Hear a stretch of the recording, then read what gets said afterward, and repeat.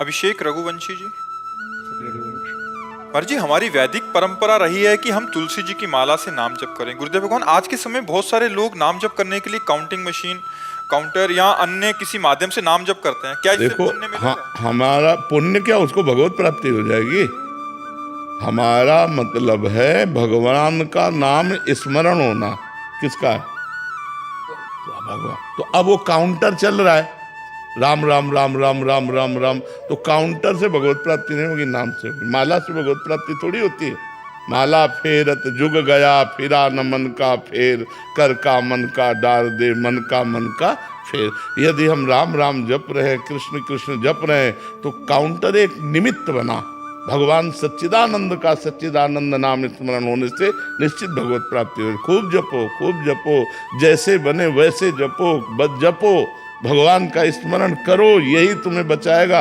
नहीं, घोर कलिकाल का ऐसा प्रभाव है कि सब पतन के मार्ग में जा रहे हैं। शराब पीना, मांस खाना, व्यभिचार करना, नशा करना, बस यही दिमागों में छाया हुआ है। सत्य मार्ग पर चलने के लिए एकमात्र गरज रहा है भगवान का नाम। कलयुग केवल नाम आधार। अगर नाम चल रहा है, बचा लेगा तुम्हें, पकड़ लो। नाम नहीं चल रहा तो बच नहीं पाओगे। सारे सिद्धांतों को मिटिया मेट करने की सामर्थ्य कलयुग में है, वो मिटा देगा, पक्का मिटा देगा। उसकी ऐसी बातें हैं कि वो तुमसे पाप भी करवाएगा और आपको ये भी साबित कर देगा कि आप धर्मात्मा हो, चिंता मत करो। कलयुग बहुत गिराने वाला है। और नाम जब करोगे तो थोड़ी भी गलती तुम बर्दाश्त नहीं करोगे, तुम्हारा हृदय जलने लगेगा और भगवान से रो के कहोगे, भगवान ये गलती दूर कर दो, मेरे अंदर है। नाम नाम, कलयुग में केवल नाम। अगर नाम में विश्वास हो जाए तो सब बात बन जाए। सबसे कठिन है नाम में विश्वास होना। राम राम कहने को तो बहुत छोटा शब्द, लेकिन ये भगवान को भी अधीन कर लेता है। सुमिर पवन सुत पावन नामू, अपने बस करी राखे रामू। कहाँ कहाँ लगी नाम बड़ाई, राम न सकत नाम गुन गाई। स्वयं भगवान राम नाम की महिमा में असमर्थ पाए गए पूर्ण रूप से वर्णन करने में। ऐसे नाम को यदि हमें गुरु ने दे दिया तो राम कृष्ण हरि राधा जो नाम प्रिय लगे, खूब डट के जपो, देखो आनंद आएगा, इस लोक में भी और परलोक में भी। इस लोक में सुख सुविधाओं की कमी नहीं रहेगी और परलोक में आपको भगवान का प्यार प्राप्त होगा। इसलिए खूब नाम जप करो, नाम परम धन है। सलभ सैनी जी। विजय दीक्षित जी, पन्ना से। महाराज जी, आप दोनों का एक जैसा ही प्रश्न था कि महाराज जी, पढ़ा है और सुना है कि प्रभु सरल हृदय वाले व्यक्ति को शीघ्र प्रसन्न होते हैं। महाराज जी, सरलता कैसे आए? महाराज जी कह रहे हैं सादगी, भोलापन, महाराज जी आ ही नहीं रहा है। भजन से आता है। हाँ, जितना हम भजन करेंगे, हमें लगता है कि हम बहुत तार्किक प्रवृत्ति के स्वभाव वाले थे, बहुत प्रवीण। अगर इतने प्रवीण की माया नहीं फंसा पाई तो मनुष्य फंसा ले, ऐसी बात क्या। बचपन से बाबा जी रहे, ज्ञानी मार्ग में रहे, बहुत तार्किक। हमारी श्रद्धा ऐसी नहीं थी कि आप कुछ बोलो हम श्रद्धा कर लें। जब तक हमारी कसौटी में नहीं कसोगे तब तक चाहे जितने बड़े ऊंचे सिंहासन पर बैठे हो, हमारी श्रद्धा नहीं होगी। ऐसे तार्किक। जब इस मार्ग में आए, भक्ति मार्ग में, सब खो गया।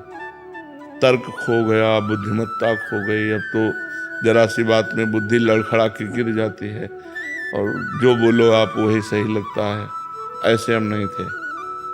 हमारा आज का 20-25 वर्ष पहले का स्वरूप अगर देखोगे तो कांप जाओगे। मतलब एक कठोर संयम वाले, कठोर नियम वाले, बहुत ही कठोर साधना वाले, आज सब बदल गया।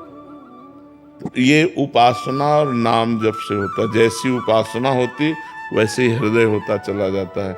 भगवान को सरल स्वभाव न मन कुटिलाई, ये बहुत प्रिय लगता है। निर्मल जन मन सो मोहि पावा, मोहि कपट छल छिद्र न भावा। तो तभी होता है जब डट के भजन होता है। हम जैसे जैसे भजन करते हैं वैसा वैसा हमारा स्वभाव बदलता चला जाता है। इतना बदल जाता है कि लोग उसको देख के कहने लगते हैं तो भगवान है। भगवान का चिंतन करते करते वो भगवत स्वरूप हो जाता है। उसका स्वभाव दया में, करुणा में एकदम सरल सहज हो जाता है। ये भजन से होता है। अगर हम खूब भजन करें तो हमारा स्वभाव बदल जाएगा। स्वभाव बिगड़ जाए तो कहते हैं तो राक्षस है, स्वभाव बन जाए तो बोले देवता है, और स्वभाव भगवत भाव हो जाए तो लोग उसे कहने लगते हैं तो भगवान है साक्षात। ऐसा नहीं कहने ये तो हमारे भगवान है, क्योंकि भगवान का चिंतन करते करते उसका स्वभाव भगवत में हो गया। गंदी बातों का चिंतन करते करते उसका स्वभाव गंदा हो गया। तो यदि हम भगवान का चिंतन करें, भगवान का नाम जप करें, उनकी लीला सुने गाएं, तो हमारा हृदय बहुत जल्दी पवित्र हो जाए और स्वभाव में छल कपट जो है ये दूर हो जाए। जो हृदय में वही वाणी में वही आचरण में, इससे सहज स्वभाव कहते हैं। जो हृदय में है वही वाणी में बोल रहा है, वही आचरण में हो रहा है।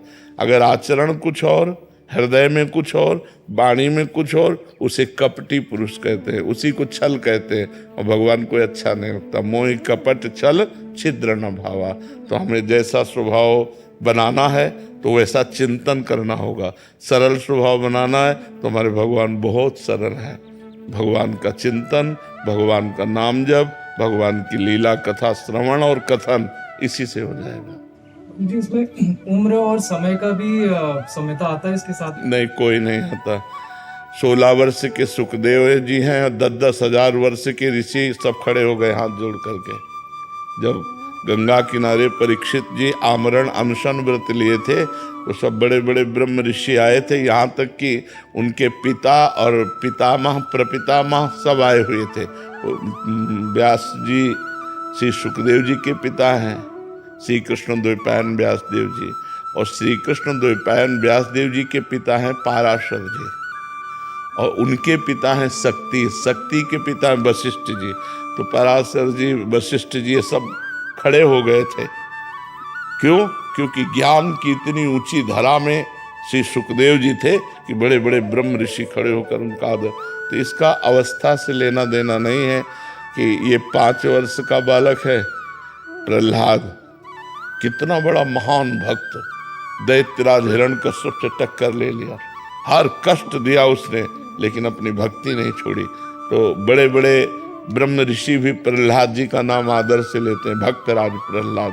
इसमें अवस्था का ये ज्ञान वृद्ध है, इसमें वयोवृद्ध की महानता नहीं है कि वो 50 वर्ष का है और वो 5 वर्ष का। हो सकता है 50 वर्ष वाला 5 वर्ष वाले की स्थिति को अभी छू भी नहीं पाया है, ऐसा होता है। तो ये साधना पूर्व जन्म कई जन्मों से चलती है ना, तो हो सकता है किसी की इतनी सुंदर साधना हो कि बाल्यावस्था से ही वो स्थित प्रज्ञ हो, और कोई अभी साधना शुरू किया है तो बालक है उसकी नज़र में। जैसे कोई 80 वर्ष का है, अब उसकी साधना अभी शुरू हुई है कि अभी तो काखा गागा नहीं आता परमार्थ का, और वो परमार्थ का शिक्षक हो चुका है, परमार्थ को 50 चुका है, अनुभव कर चुका है। तो इसमें अवस्था का नहीं होता, इसमें ज्ञान वृद्ध माना जाता है। ज्ञान वृद्ध कौन ज्ञान में ज्यादा है, अवस्था से इसका कोई लेना देना नहीं होता।